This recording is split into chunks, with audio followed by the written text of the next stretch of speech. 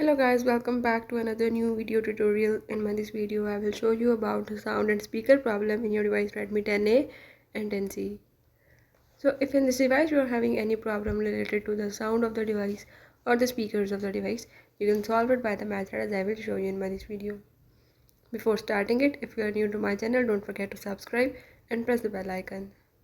Now follow the steps and watch the complete video and learn how you can solve the sound and speaker problem in your device. Let's watch it.